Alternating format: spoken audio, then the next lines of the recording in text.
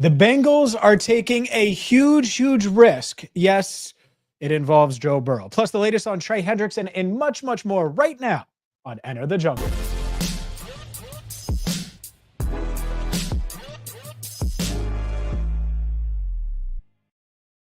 Hi again, everyone, and welcome in to Enter the Jungle. He's Andrew Fox Miller. I'm James Rapien, and this is a special live at 5 edition here on the YouTube channel, Cincinnati Bengals Talk. Catch us every single Tuesday and weekly on FanDuel Sports Network. We are brought to you by Garage Beer. And Andrew, let's dive into a bunch of different things. By the way, even though it's sunny on Tuesday as we're recording this, we've gotten about a mountain level of rain. We've gotten a ton of rain, more rain expected later this week, and all of the NFL personnel hanging out in West Palm Beach, Florida. So it is good to be an NFL owner, NFL head coach, or some of the media that went down for NFL owners meetings. And owners meetings mean not only do you hear from owners, but you hear from head coaches. Zac Taylor discussed a bunch of topics on Monday. And I think the most controversial one, and one that honestly, as people are watching this, the Bengals fans' biggest fear, well, it's starting to take shape. And the reason why we say, or at least I'm saying, the Bengals are taking a huge risk here is, let's cut to the chase. They are not going to sign a veteran guard before the NFL draft. They are done at guard. They're looking at their room and they say, hey, we are good to go. And I look at Zac Taylor and what he had to say, and he said, quote, I think we've got competition there. That doesn't feel good when he says that. I think we got competition there. And then he says that competition, or he said, it would be foolish of me to speak before the draft. Let the draft shake out, and then I'll give you a better answer after the draft. And I don't like that. We can get into who's in that room, but I feel very uneasy about the guards that are going to guard Joe Burrow, at least as of today. I'd be curious to go through the archives, so to speak, things that Zac Taylor has said in the past, namely the 2024 season. Did he feel good about things then? He probably publicly would have said he did, but the reality is you got rid of Alex Kappa. Your guard positions, you've got a guy that you benched that's still on your roster, and you've got Cody Ford. Yes, of course, you're going to draft somebody, but I can't imagine that you're heading into the draft feeling very good, considering you've essentially got the same O-line that you had in 2024. It didn't have the best of accolades at the interior. Someone told me at the combine, like, yeah, they're going to sign a guard and then they'll go into the draft. They'll sign one. And for those that watch us regularly, what has been my push, there's a reason why I've hammered home. I expect, the standard is, the expectation is they sign 2 starting guards, because that's what I think the championship level standard should be. And so to cut Alex Kappa, a Super Bowl champ, which I would have done, I would have cut him. I'm not looking back on that and saying that's the wrong move. And I like Alex a lot, and he landed on his feet with the Raiders, but it's been a rough couple of years. You save that cap money, makes sense. But to do that, and then to bring in Lucas Patrick, and that's it, is the biggest disappointment of the offseason. Now, that could change in the draft. Draft's just 3 weeks away, right? That could change.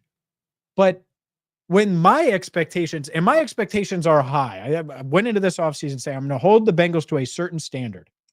And just when you think that they've done enough, I'm going to ask them to do more. I felt like I didn't do that enough last offseason when I look back at it and what they did and how they filled their voids, but they still had some glaring weaknesses. I'm like, nope, not doing that. And they're hell-bent on going into the draft always. And it's not like it's just guard. It's not like you could just look at their team, and we're going to get into the defense in a little bit. But they have to go into the draft with weaknesses, and I don't understand why, but that's how they're built. That's what they do, and guard is by far their biggest weakness. And for them to come out and say a little over 3 weeks before the draft, like, yeah, we'll wait and see until after the draft. It's ridiculous. Putting it as a risk is honestly probably too easy on them. It's more than the risk, because we're talking about the best quarterback in franchise history, and that's what Joe Burrow is going to go down as. And so for them not to be more proactive there, it's pretty disappointing. Yeah, I mean, I don't even know if weakness would be the right word. I mean, this is it fair to say a glaring hole? I mean, you know what I mean? Like this is one that Canyon.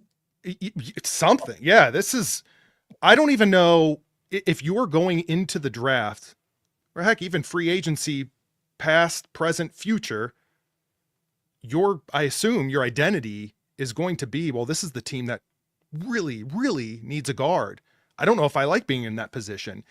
And let's be realistic here. Let's say for at best case scenario, they get year one starting guard. Yeah. Which would be huge, would be a win, a huge win if they can do that. So it's already on the optimistic side. Keep going. I have to think that they're going to do a little bit of patchwork regardless after the draft, like Zac Taylor's kind of suggesting. And there are still some options out there, but man, if you told me, again, thinking of the 2024 season, that they added Lucas Patrick and they essentially kept everybody, of course, releasing Alex Kappa, but it would feel pretty dire. And it does now, today. I don't know. I don't know what they're cooking. I have to hope that it's something. Again, we keep talking time and time again about them relying on this new coaching staff potentially to turn things around. Maybe that was I think it's certainly part of the reason, but maybe it's a bigger reason than we realize. Time will tell, of course, but I feel I just don't. Joe Burrow, like you said, that is the thing that you should be. You're focusing on the weapons. Great, that was a win. Why aren't you focusing on protecting one of your biggest weapons? I don't know. It's the most. It just doesn't. My head can't compute it because it doesn't make sense. Because now with the draft just over 3 weeks away, I would say if you're going to get a starting guard, you're going to have to get that guard in the first 3 rounds. And it might be an offensive tackle becoming a guard. That's fine. I'm open to that. I know Bengals fans hate that. We'll cover it over the next 3 weeks here on Cincinnati Bengals Talk. So subscribe wherever you get your podcast or on YouTube. But the point is like, all right, well, now you could use a day 1 or day 2 guard, a day 1 or day 2 safety, help everywhere on defense. Outside of safety, the defensive line, everyone's focused on that. I didn't mention linebacker, where Jermaine Pratt's just left in the wind. Like, there's all these things that need to be done. The to-do list is really long. And it feels like they don't think it is because they got Jamar and T done. And Jamar and T is huge. They should have gotten it done. It was great. They deserve credit for getting it done. But that could get done in May. You know what can't get done in May? Multiple starting defensive players that you're adding, competent guards that you're at. Like, I would much rather you add that and get that done ahead of the draft. And then you're filling in the nooks and crannies with the draft. And it just does not feel like every offseason. Last year, it was very clear that they had some needs going into the draft. Defensive tackle, offensive tackle. What did they do? They get Amarius Mims, and then they go get defensive tackle and Chris Jenkins Jr., and then a pick later after Jermaine Burton, they get McKinley Jackson, another defensive tackle. Like that's what they're going to do. In this year, there's too many obvious holes. And so I don't know exactly where they're going to go because it's not just guard. It's not just defensive tackle. It's not just edge. There's multiple spots, but guard certainly leads the list. And that's no good. No bueno, Andrew Fox Miller. Oh, no, I think Bengals are employing the guard with their guard strategy. It's what I do, of course, what many people hopefully do with kickers in fantasy football drafts. It's just the overall offseason and draft approach for the Bengals is, yeah. Let's just go after what we have here, and we'll get around to guard. It's fine. It'll be okay. All I was asking them to do. I'm glad you bring that up because it's the other thing I thought about it at the combine. Because I told the person, by the way, that said, "Oh, I think they're only going to sign one guard." I was like, "Why?" I was like, "Treat it like tight end. Go get 2 veteran guards and play guard rule. You don't have to pay a ton of money every year on these guys, but go get proven guys. Go get guys that have been there, done that aren't going to go to Baltimore on Thursday Night Football and be like, man, it's Lamar Jackson. all wide-eyed. No, ready to go. And and by the way, if you draft a rookie and that rookie wins out because he's a better player, then great. Then you have depth. There's nothing wrong with depth. And yet, here we are. We have plenty to discuss. Coming up, Trey Hendrickson. What in the world is going on with Trey? Will he get a deal? We'll discuss that next on Enter the Jungle. 10 minutes and 15 seconds for that intro, Andrew. It's going to be a quick rest of the show. Welcome in, everyone. I'm James Rapien. He's Andrew Fox Miller. You're watching a live edition here of Enter the Jungle. We're going to continue our show that airs every week on FanDuel Sports Network. And so we'll continue to do that. And we're going to breeze through it here. And we have 3 quick segments, about 12 minutes total and left. And once we do that, then we'll answer some of your questions in the live chat. So since we're a little tight on time, Andrew, let's just keep it rolling here. We're 10:15 in. I'll try to keep track. Ready to go? I'm ready. Welcome back to Enter the Jungle. He's Andrew Fox Miller. I'm James Rapien. And Trey Hendrickson is one of the biggest questions of the offseason. The NFL sack leader, well, he wants a new contract. The Bengals clearly want Trey in the building, and it sounds like they want to give him a new contract, but nothing has gotten done. Zac Taylor talked earlier this week about that, and basically at the NFL owners meetings, I don't need to read the entire quote. Andrew, you can check it out at bengalstalk.com if you're looking for it, but patience is what he echoed. Be patient. And I'm not shocked by the slow play here. Trey Hendrickson is under contract. At the same time, it is fair to wonder when, and maybe not if yet, but I think some are certainly wondering if, especially after the Bengals did give Trey permission to seek a trade last month. Yeah, I mean, not only that, but I would imagine Taylor's talking about, we talk about the guard position, and we're going to look into this maybe after the draft. We're waiting until the draft, so on and so forth. I think that this is a bigger deal as far as them filling in holes in terms of obviously cap space. Like, if you're going to re-sign Trey, what are the terms of that deal? What do you have heading into the 2025 season? What are you doing about the defensive line in general? Never mind just the offensive line. I think the implications of this from a cap standpoint are probably greater than how they round things out in the draft, arguably. I don't know that regardless of what they do in the draft, I don't know that they're going to look around and change their strategy on what they need to do at the guard position specifically, regardless of what, again, they do in the draft itself. So to me, Trey, like, it's only a matter of time. Whatever it takes to get him secured, happy with the result, showing up to training camp, because realistically, I have to think at worst, he's just not going to show up to camp until something gets done. Do you see him holding out into the season? Not to get too far ahead, but I mean, what's the risk here of waiting, I guess is my question. Well, yeah, I mean, he certainly could. I mean, that's where it gets dicey, is he could miss games and he could make them feel it. And as long as he's comfortable with his financial situation, I don't know why he wouldn't be. That's probably the smart play at this stage. And a lot of Bengals fans can say, "What the hell are you talking about? What are you talking about? Miss games?" And it's like, yeah, okay, well, let's get a deal done then. Danielle Hunter got extended, signed a 1-year extension, and he's same age as Trey. Trey's had more production. Trey's a better player, and that's why, man, at the combine. I keep referring to that. This is like the combine show. I told multiple people, like, they should offer him $28 million per, sign him to a 2-year extension, give him a bunch of money up front. He'll be happy. They'll be happy. And since then, the market's just completely shifted. And so now you're going to have to hit that $30 million per year mark, and maybe $32 million per year. And the extension's a bit more complex and complicated. And so it's never easy. We know that. It takes time. I do think the Bengals want to get something done, and you want to get it done. All this talk about fast starts, hard to start fast without Trey Hendrickson. Going to be real hard to hit the ground running if Trey Hendrickson misses just camp.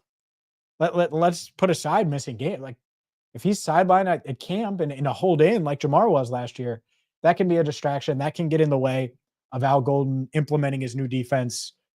And that's just not the tone that you want to set for a team that really needs to hit the ground running and establish itself as a Super Bowl contender early in the season for the first time in the Joe Burrow or Zac Taylor era. They've never been able to hit the ground running. And yeah, they did it in 2021 a little bit.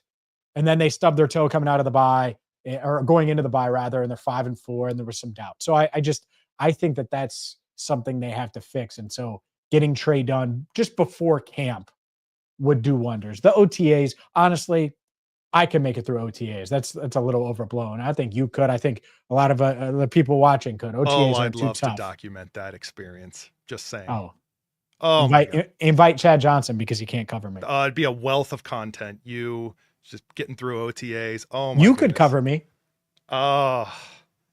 See, that's my attempt at an April Fool's joke because we're recording this on April Fool's. You wouldn't be able to cover me if I had all 637 people watching live on my back. There's no. I like chance. how this is what you're shifting it now to what I'm incapable of doing versus what you believe you are capable of doing, and that Chad has zero chance. Oh my God! See, now I just wish this entire episode. I wish I had it all filmed, documented. It'd be an entire special. It'd be an hour long. We might ask FanDuel Sports Network for a good 4-hour block of just a special of you going through OTAs. If Chad lined up across from me and Trey Hendrickson got on my back, Chad wouldn't have a shot. I would carry Trey to the end zone and Chad would be in a blender. That's all you got to, that's all that matters. Speaking of blenders, the Bengals need pass rushers that are going to put opposing offensive linemen in blenders. Where's the pass rush coming from, especially with Trey Hendrickson in limbo? We'll discuss that coming up next. Come on, man. What are you doing to me? What do you think? I'm going to back down from that? Chad can't cover me. What do you got, an energy drink there? Thinking about OTAs? Oh, no, OTAs stink, bro. But I need energy drink thinking about the draft. They stink. Busy. Honestly, they're the most. Camp is what matters. I'll just say that. Yeah. OTAs matter a little bit for the rookies. I mean, sure. I think that's pretty much it. But still, I'd want you going through it. Oh, yeah. I would love it. No, I would love that. Now, like, I would look ridiculous like fielding a punt. Fielding a punt's hard. Yeah, vomiting into a trash can. Like that. Overworked. No, I think the cardio part would be fine. I need this. It's going to ruin my year that I'm never going to get this. No problem. Anyways, all right, we're going to keep recording our show here, and then we'll answer your questions after, I promise. 2 quick segments left. I think we got maybe 5 minutes of recording time, I would say. We'll probably hit 6. So there we go. All right. Pass rush. And then the last segment's going to be my favorite of the day. It's the opposite of confident James saying Chad Johnson, the best Bengals receiver ever, can't cover him. So we'll get to that in a second and then answer your questions. All right. Welcome back to Enter the Jungle. I'm James Rapien. He's Andrew Fox Miller. And where in the world is the pass rush going to come from? I'm kind of nervous about this. Andrew, let's start here. Where's your confidence level? Given that Trey Hendrickson is in limbo, your confidence level in the Bengals pass rush, what they've done this offseason to address it, bringing back Joseph Osai, bringing in a true nose tackle, kind of making some moves. And I'm referring to TJ Slayton when I'm talking about that nose tackle. They brought back BJ Hill as well. Where's your confidence level in this pass rush? I mean, let me first say that I'm pretty confident that Trey Hendrickson is going to be out there this season. I realize I can't say for sure. No one can say for sure. I get it. But I'm going to work under the premise that I feel confident that Trey Hendrickson will be out there during the 2025 season. So with that said, my confidence level is I'm fairly confident they could be average. And I'm assuming that they're going to get some help in the draft there. But that's about as far as it goes. I don't have any confidence that they're going to be, top anything. But I don't think they're going to necessarily be bottom anything either. Yeah, I think they need more juice. And maybe that juice comes from Myles Murphy. Right. Maybe that juice comes from Joseph Osai. Maybe adding TJ Slayton unlocks Chris Jenkins Jr., who I do think has – I was really high on Chris Jenkins. Still am. I like him. I think he's got the right makeup, the right athleticism. Was really good in college, and they asked him to do something that he didn't do. Like, when you do that, and you put players in positions they're not used to, i.e. nose tackle, taking on double teams, that's tough. So TJ Slayton's in town. It can help. But there's going to be questions about it. especially with Trey unsigned. And I think they plan to address it a bit in the draft, but I'm going to have questions there.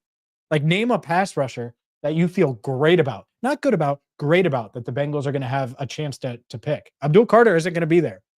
So what are you really excited about? James Pierce Jr.? Maybe. He's also 21. It may take a couple of years. Isn't good against the run. Same thing with Mike Green. Like, those guys have their flaws, and that's if the off the field stuff is overblown and not true. And so I question that part of it. We're going to cover that with the draft looming right here on Cincinnati Bengals Talk. So make sure you subscribe on YouTube. But yeah, I think it's an incomplete grade, but it doesn't feel good. I feel worse about guard than I do the Bengals pass rush. Sure. But I don't feel good about either one. It's not like I'm super confident in either one. And there are just too many areas of this team right now where you feel that way. And that's not a good spot to be in. I think with the defensive line particularly, though, they're in more of a situation, I guess to your point, when comparing the guard situation with the O-line. But if you're adding more, maybe we talk about the draft, realistically, who do the Bengals have a shot at that could give them some juice? I understand that, proposing that question, but I would also add that, if you get a defensive tackle, maybe even an edge guy out of the draft, adding those numbers increases the odds that a Miles Murphy maybe steps forward and it works out. That a Chris Jenkins takes that next step, that someone they draft is going to be a good rotational piece. So that's an area, again, defensive line. If you add a little quantity to it, I feel a lot better of them being able to figure things out, again, to be average. Yeah, I totally get that. And that does make sense. And that's why I think they're going to add to the pass rush in the draft. Like I said, we're going to have you covered here on Cincinnati Bengals Talk all April long while we count down to the draft and obviously draft weekend and beyond as well. So with that being said, it's time to switch gears, Andrew, because Steelers head coach Mike Tomlin, he's known for his personality. He's known for his ability to command the room. Remember when Hard Knocks aired this past year? It was like, man, the difference between Mike Tomlin and his ability to command the room and Zac Taylor, you need that. You need a guy who could command the room. Well, he did the exact opposite earlier this week.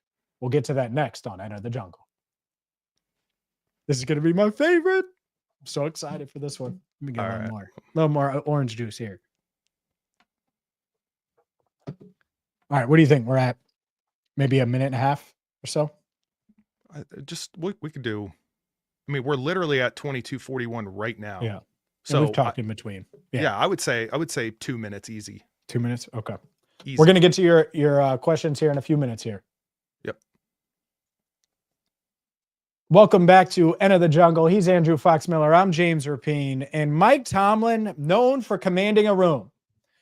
Well, he impresses a lot of people, impresses plenty of draft prospects. Obviously, the Steelers roster, I think NFL players across the league really respect Mike Tomlin. Coaches do. Everyone but former Steelers beat writer. He still covers the Steelers in for multiple outlets. But Mark Kaboly earlier this week, just not enthused at all at what Mike Tomlin had to say at NFL owners meetings. Let's roll this clip, Andrew, and check out Mark paying attention here to Mike Tomlin. I just think anytime you experience something with somebody, there's growth. He's out. Acknowledge it's over. In that regard. And certainly, the way he smiled in the face of adversity and delivered for us was significant. The jump at the end is my not favorite. That I was shocked by it or didn't think it was within, his framework. Said, I'm with you. So we're excited about having him back, not only in terms of his talents, but the guy that he is. He's a really good teammate. He's a really good football. I mean, that is rough. And by the way, Mike DeFabo of The Athletic posted that, and that's Mark Kaboly. And I whatever, we've all fallen asleep in wild places. What's the craziest spot? Like, I fell asleep in class all the time, and you try to hold it. And so that's one. I'm trying to think of the craziest place I've fallen asleep. I fell asleep during multiple movies in the movie theater. Growing up, multiple. No, that's a crime. It is, dude.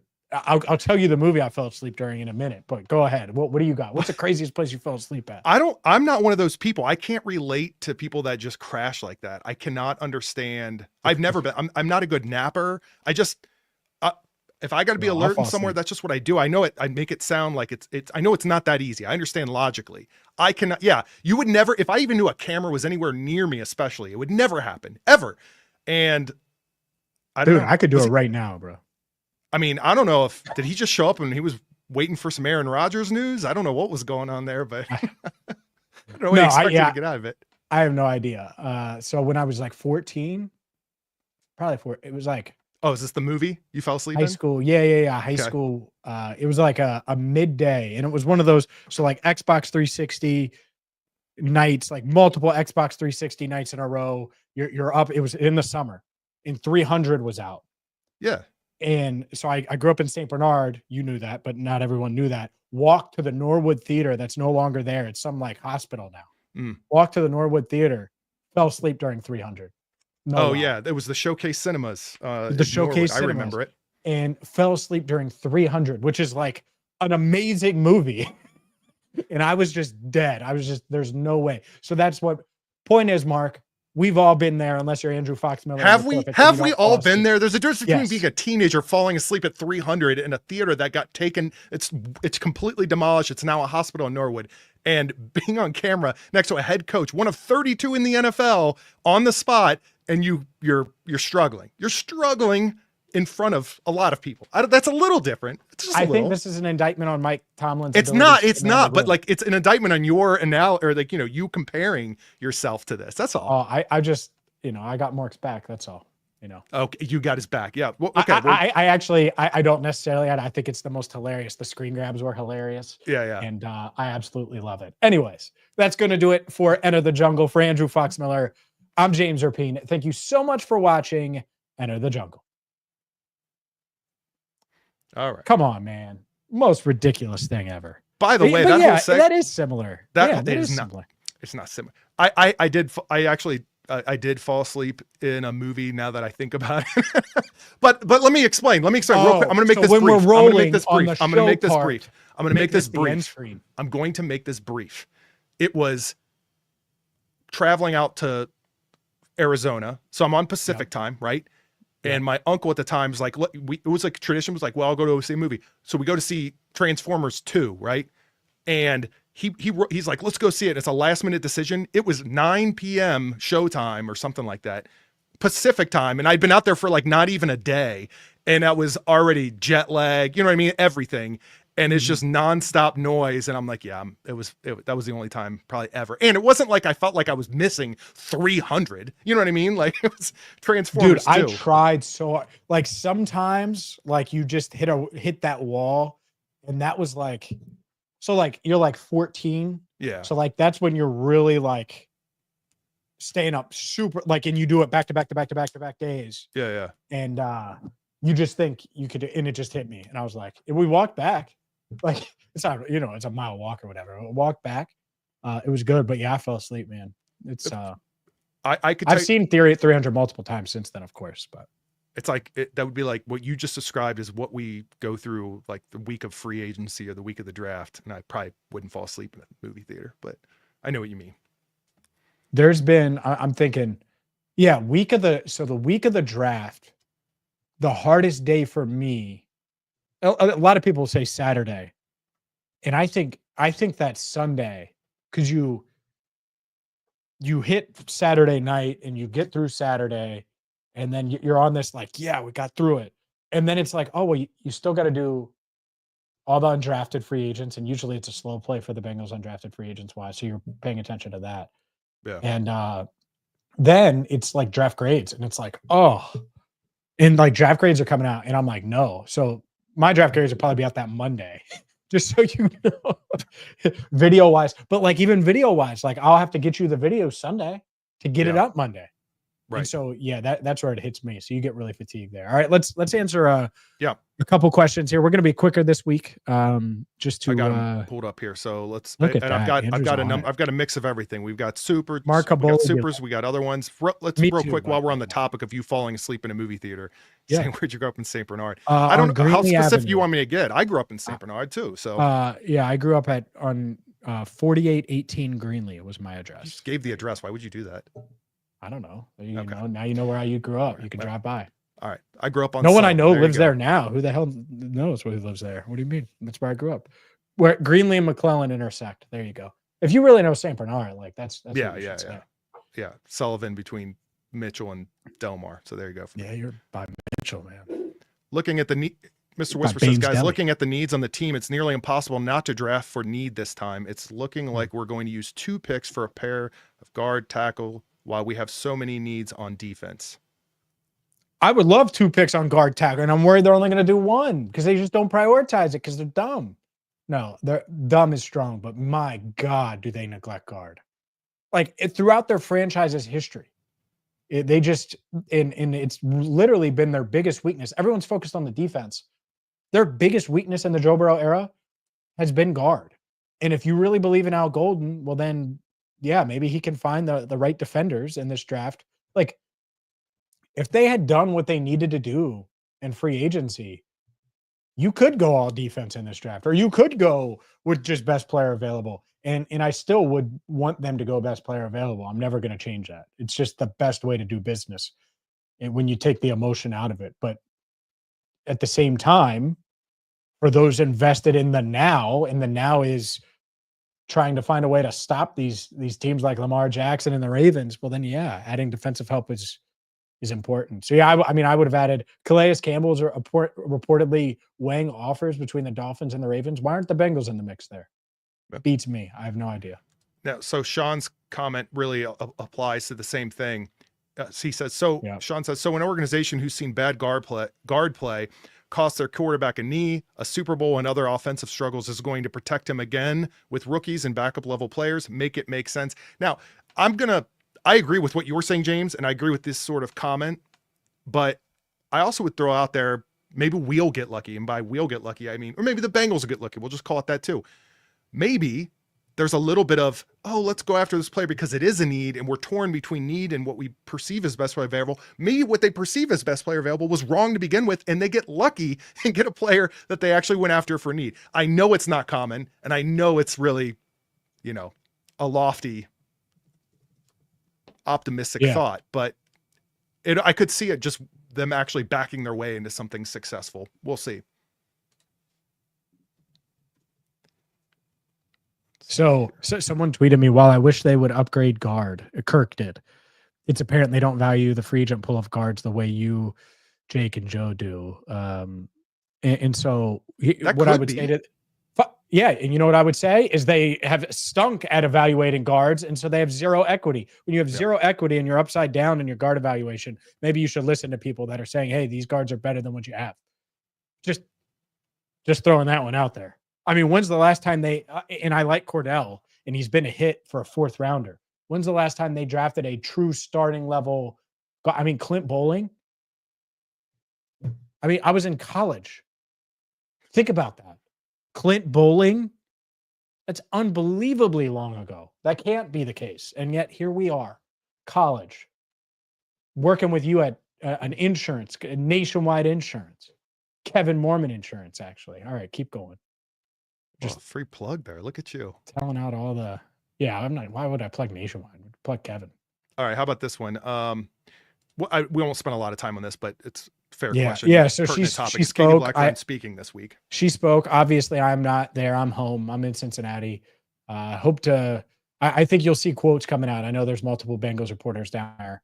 And I think from a reaction standpoint, we'll see on what was said. I don't think anything super revealing was said. I don't think you're going to hear audio of Katie. Maybe I'm wrong. I just don't anticipate that being the case. I don't think there were cameras, but you will certainly see some quotes from the Bengals executive vice president.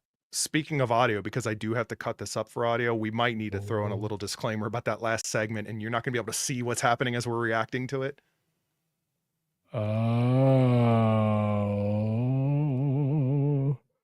I guess. I mean, we talked about sleeping. It's okay. Okay. It's all right. Wait, Iron Man here saying we should pump in a live studio clapping. No, I'm not. This is a morning zoo. What are we doing? That's Andrew's favorite. Oh, man. What do you mean it's my favorite? Well, exactly. You hate stuff like that. That's why. Yeah. Let's see here. Give me some comments, people here. I'm gonna have to start scrolling around. Got a few more minutes. Dude, By the way, what? Matthew Calais saying Campbell it's signing with Tomlin's fault. someone? No one said Who's he signing it was with? Tomlin's fault. Going back to Arizona. Dude, the Bengals, here we go. Here comes a rant. Campbell's going to Arizona? I do not understand. What was the money? 1 for 7 for 7.5? 7.5 for 1 year? Let me make sure. I'm pulling it up now. 1 year up to $7.5 million deal with the Up to. Okay. Oh. These are the type of deals that can put a contender over the top. And I'm not saying the Arizona Cardinals are a contender, and he probably wanted to go to Arizona or stay somewhere warm. The Baltimore Ravens also offered him. I get that. Get in on the mix with a guy like that. It makes no sense. It's not going to put the Cardinals over the top, but this is a heck of a signing. Dumb. Just dumb. Oh. Entire details at bengalstalk.com. My guy Russ Heltman, while we're recording, just comes through with the news. What a joke. That's so annoying. We got a live reaction of James dying inside. It's just dumb. Like those are the moves. So Cardinals. So Tevin Jenkins for $4 million. I think he signed a $3 million deal with the Browns. Like if you sign Tevin Jenkins for $4 million, and then you sign Lucas Patrick. Well, then we feel much better about guard, just the depth there. And then you go get Calais Campbell. Like that alone, like those two pieces, Tevin Jenkins and Lucas Patrick, make you, or Tevin Jenkins and Calais Campbell, make you feel so much different about those two spots. And by the way, though, like that can be the difference in these games. When your depth is tested, finding a way to win in September when it's cost them, finding a way to win in December when the playoffs are on the line. Like that's what's annoying. Is like those are the type of moves that can matter. Like if the Cardinals are good this year, Calais Campbell's going to matter for them. And so that's what sucks. It's like he could still play. There's a reason the Ravens wanted him. So it is a win that he didn't go to Baltimore because the Bengals clearly weren't in on him, but they should have been in on him. It definitely seemed like Campbell going to Baltimore seemed like one of those things Baltimore would do because they tend to grab a few players after the draft, and it rounds out a little bit, some veteran guys and stuff. I hope that's what the Bengals will do this year, but just doesn't seem like they do it very often, if at all. But yeah. By the way, a little bit of maybe a little tease, nothing official, but Zach asks, getting the boys back together for another live stream for the draft. We've done a live stream now for 2 years? Maybe it's been 2, I think. Yeah, we did 2 years. And by the way, when we set the Bengals board 2 years ago, we set it, and the best player available when the Bengals were on the clock on our set board was Myles Murphy. Yep. Last year, we set the Bengals board, and the best player available when the Bengals were on the clock was Amarius Mims. Mm-hmm. So we're going to try to make it 3 straight years. Don't have an exact date. I'm draft week. So it will be a must-watch stream. So that's why. Add a little context to this. What do we do? Like, we don't need a whole rundown, but just we get a few people involved, and they're all excited, interested. Me, Joe Goodberry, Jake Lisco, Andrew, Matt Minnick. We have draft guy Jared, multiple other. Like I think it's like 10 people. Like we have a lot of people on, and I would have to put. Anyways, I'm not going to plug that part. The point is, we set the Bengals draft board. We go at least 1 round. Maybe we'll get to 2 this year. It would be great if we could, but certainly the first round. And so it gives you a chart that on draft night you'll be able to follow. And we've been right the past 2 years of, all right, well, this is how the Bengals board is going to look. And when that happens, you cross off each player that gets picked, and then you look and it's like, oh, well, there's whoever. We don't include quarterbacks. We're not going to waste our time. We're going to talk about prospects they would take. And so it's a really good time. So we have honestly, it's light years away. There's going to be a whole lifetime of coverage of this draft with us between now and then, but stay tuned. I think that's going to happen early the week of the draft. Week of April 21st is a possible date. We'll see if everyone can make it then, but we're going to try to find something that works for everyone, and then we'll let you guys know. That's a good way to sound off, unless there's any others. I think that's a good way. Yeah, I think so. I mean, other than this is an easy one. I mean, I know the answer to this question. The Bengals helmet behind you, that's from. Oh, yeah.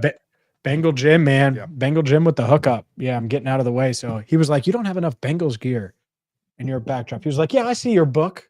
I see Out of the Jungle. He was like, you got to get a Bengals helmet. So hooked me up with a Bengals helmet. It's legit too. So I had to put it. It's been in the backdrop ever since. So shout out to Bengal Jim for that. I've had that since last July at Jungle Jam. Lastly, Chris says we have to get the cap guy to come on here. I don't know if he's talking about Andre. I don't know. Andre Parada is the man. Yeah, and I would love to talk to Andre. That's probably a May thing at this point. Yeah. After the draft, but would love to. Frustrating Bengals. They could have paid T's bonus out a little bit more. I'm glad the Campbell news came like right afterwards too. Imagine been like in the middle of recording. Yeah, I mean, I think it might I have been held it good together too. pretty good there. Yeah. Yeah. Oh, my Cincinnati Bearcats beat DePaul in The Crown. Ever heard of The Crown? Yeah, it's a Netflix original series. That's right. There we go. I knew that's where you were going to go. Yeah, it's a third-rate NCAA tournament wannabe. Anyways, that's going to do it for us. We really appreciate all of you tuning in. Hopefully you enjoy these lives. This is a little quicker than normal. Normally we hang around a bit longer, but we are going to get out of here today. Enjoy the weather if you're in Cincinnati. And for Andrew, I'm James. Thank you so much for watching right here on Cincinnati Bengals Talk.